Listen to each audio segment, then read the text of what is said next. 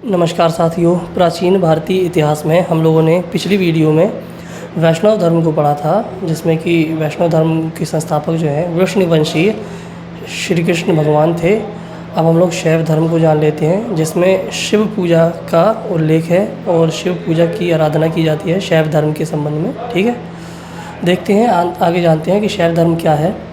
ऋग्वेद में शिव का उल्लेख रुद्र के रूप में हुआ है और शिव को समर्पित महामृत्युंजय मंत्र भी ऋग्वेद में ही है। दोस्तों, जो ऋग्वेद है, जो प्रथम वेद है, उसमें दोस्तों शिव भगवान का उल्लेख रुद्र के रूप में हुआ है। रुद्र देवता। दोस्तों, आप लोगों को मैंने शुरुआत में ही पढ़ाया था कि ऋग्वेद में किन किन देवताओं का उल्लेख हुआ है। कुल दोस्तों 3 प्रकार के देवताओं का उल्लेख हुआ है, आकाश की देवता और पृथ्वी की देवता और समुद्र जल की देवता। ठीक है, जल देवता तीन रूपों में हुआ है उल्लेख देवताओं का। उसमें से दोस्तों रुद्र भी हैं। जो रुद्र हैं वे दोस्तों शिव ही हैं। ठीक है, ऋग्वेद में हुआ है। और दोस्तों जो महामृत्युंजय मंत्र है, जटाटवी गलत जल ऐसे करके कुछ महामृत्युंजय मंत्र है, वो भी दोस्तों ऋग्वेद में ही मिलता है। तो ऋग्वेद में महामृत्युंजय मंत्र और शिव का सबसे पहले उल्लेख रुद्र के रूप में मिलता है ऋग्वेद में। वाजसनेयी संहिता की शतरुद्रीय रचा जो रुद्र से संबंधित है, में उसे समस्त लोकों का स्वामी कहा गया है। जो शतरुद्रीय रचा है दोस्तों, उसमें रुद्र भगवान को समस्त लोकों का स्वामी कहा गया है। ठीक है, वाजसनेयी संहिता की एक शतरुद्रीय रचा है, जिसमें भगवान रुद्र को समस्त लोगों का स्वामी कहा गया है, शिव को समस्त लोगों का स्वामी कहा गया है। ठीक है, दक्ष प्रजापति यज्ञ कथा का संबंध शिव से ही है। ठीक, जिसमें उन्होंने वीरभद्र एवं भद्रकाली नामक गणों का निर्माण करके दक्ष के यज्ञ का विध्वंस किया। दोस्तों, जो दक्ष प्रजापति का यज्ञ था, शिव भगवान ने वीरभद्र एवं भद्रकाली नामक गण का निर्माण कर दक्ष के यज्ञ का विध्वंस किया था। वायु पुराण, लिंग पुराण और क्रूम पुराण एवं शिव पुराण, ये दोस्तों 4 पुराण मिलकर शैव पुराण कहलाते हैं। ठीक है, वायु पुराण, लिंग पुराण, क्रूम पुराण और शिव पुराण, ये चारों मिलकर शैव पुराण कहलाते हैं। श्वेताश्वर उपनिषद में शिव स्तुति का उल्लेख मिलता है। जो प्रथम बार शिव की स्तुति की गई है, वो दोस्तों श्वेताश्वर उपनिषद में की गई है। शैव धर्म का एक संप्रदाय के रूप में उल्लेख दोस्तों शुंग सातवाहन काल में हुआ है। जो शैव धर्म है दोस्तों, एक संप्रदाय के रूप में इसका उदय हुआ किस काल में? शुंग वंश में और सातवाहन वंश में। इन्हीं दोनों में शिव धर्म का संप्रदाय के रूप में उदय हुआ। जो पतंजलि हैं दोस्तों, पतंजलि ये मौर्य सम्राटों द्वारा शिव एवं स्कंद की मूर्ति बनाई गई। शिव भगवान जो हैं, उनके बेटे स्कंद हैं, इनकी मूर्तियां बनाई गई।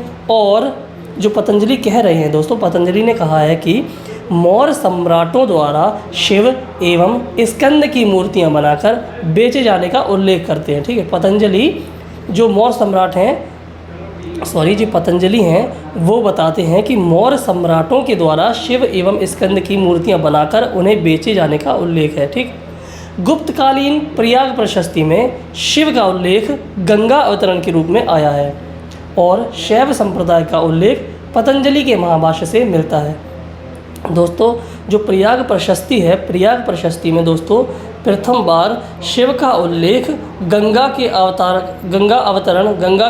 के रूप में आया है। ठीक है, ये दोस्तों गंगा का जो अवतार है, जैसे हम लोग आजकल मूर्तियां देखते हैं और तस्वीरें देखते हैं, भगवान शिव के जटाओं से गंगा निकली हुई हैं, ये दोस्तों सर्वप्रथम उल्लेख गुप्तकालीन प्रयाग प्रशस्ति में मिलता है। ठीक है, गुप्तकालीन प्रयाग प्रशस्ति जो है, यहाँ पर मिलता है गंगा अवतरण का प्रथम बार उल्लेख।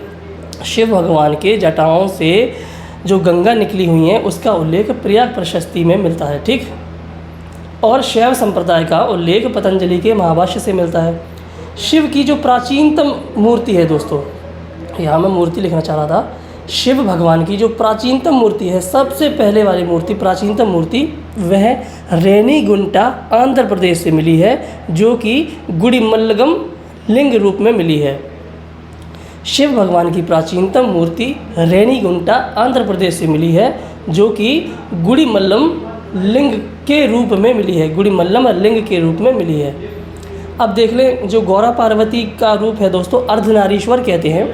अर्धनारीश्वर की मूर्ति का निर्माण और पूजा गुप्त काल में लिंग पूजा का प्रथम उल्लेख मत्स्य पुराण में और महाभारत के अनुशासन पर्व में भी है।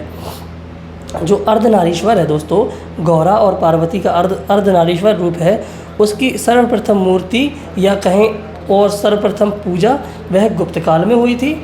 अर्धनारीश्वर या कहें गौरा पार्वती की मूर्ति का निर्माण और उनकी पूजा वो दोस्तों गुप्त काल में हुई थी। ठीक है, यहाँ से दूसरा पैरा है, लिंग पूजा का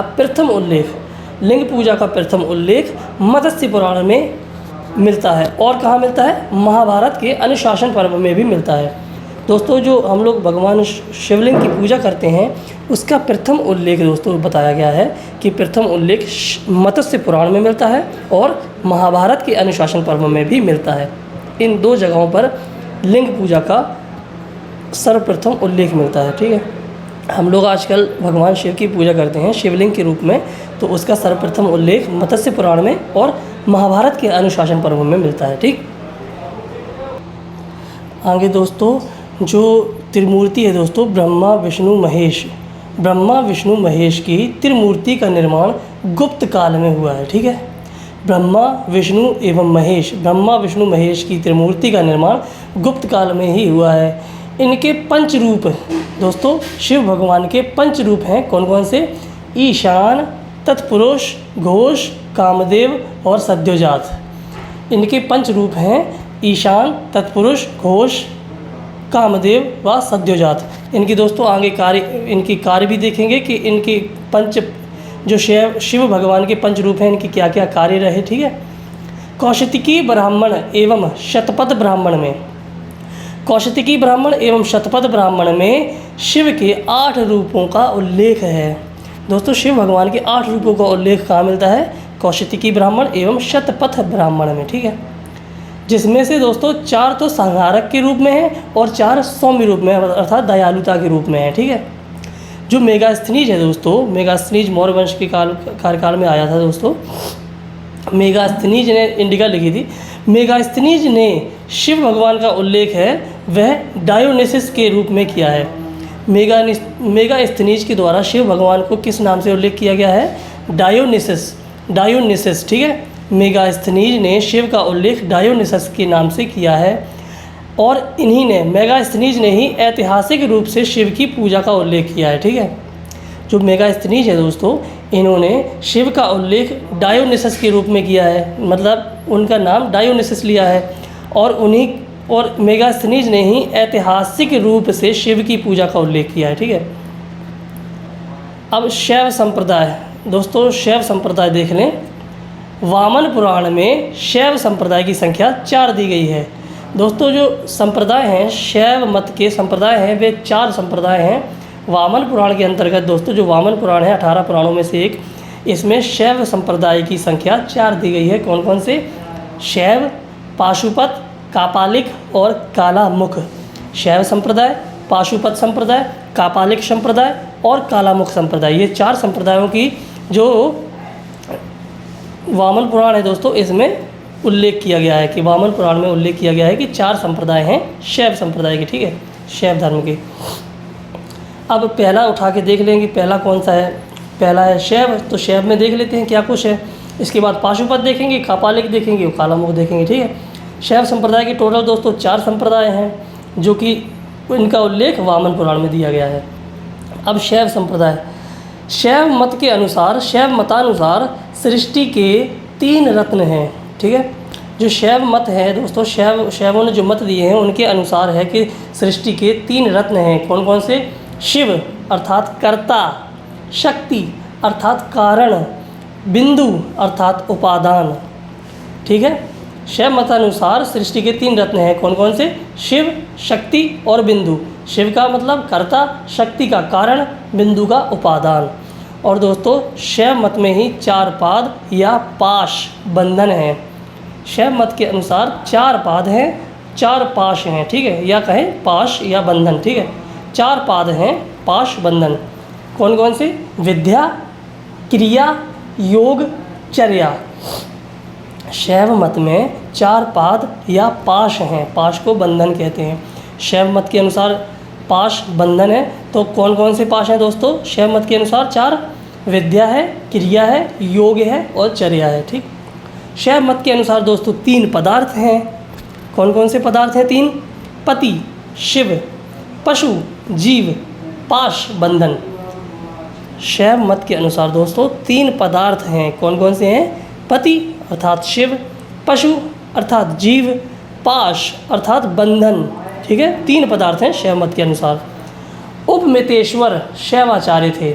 जो उपमितेश्वर हैं दोस्तों ये शैव आचार्य थे। ठीक है, शैवाचार्य थे उपमितेश्वर। पंच रूप व उनके कार्य। दोस्तों शिव भगवान के 5 रूप हैं और उनके कार्य, जैसे मैंने आपके इनके 5 रूप यहाँ पे बताया था आप लोगों को कि इनके 5 रूप हैं। तो शिव भगवान के 5 रूप हैं। कौन कौन से? ईशान, तत्पुरुष, घोष, कामदेव व सद्योजात।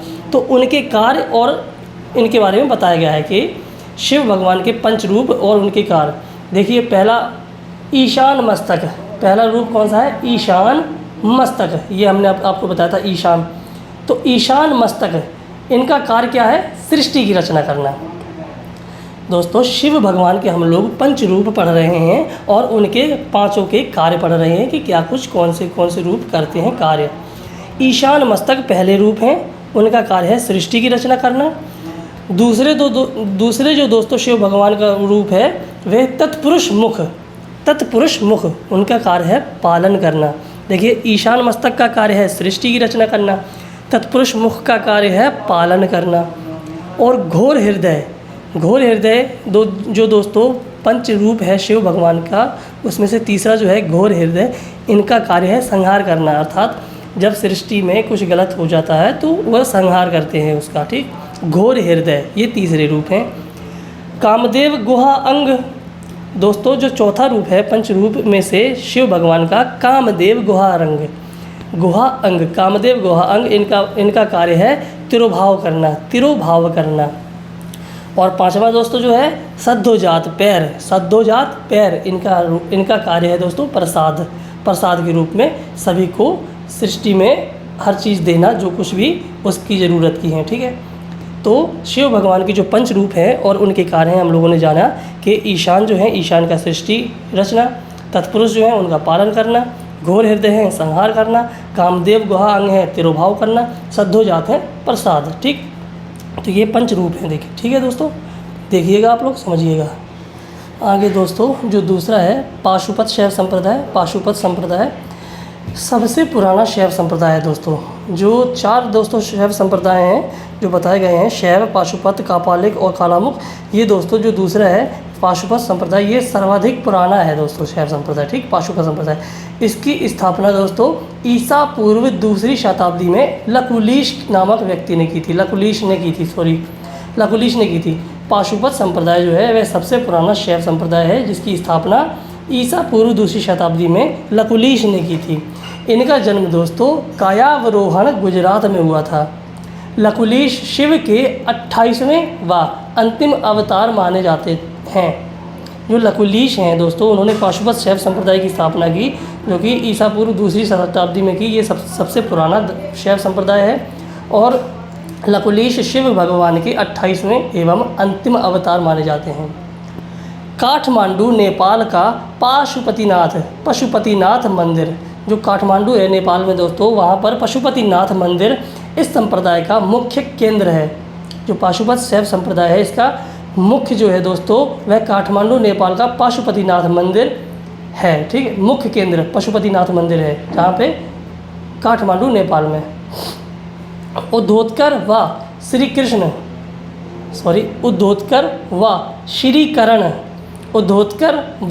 श्रीकरण पाशुपताचार्य थे।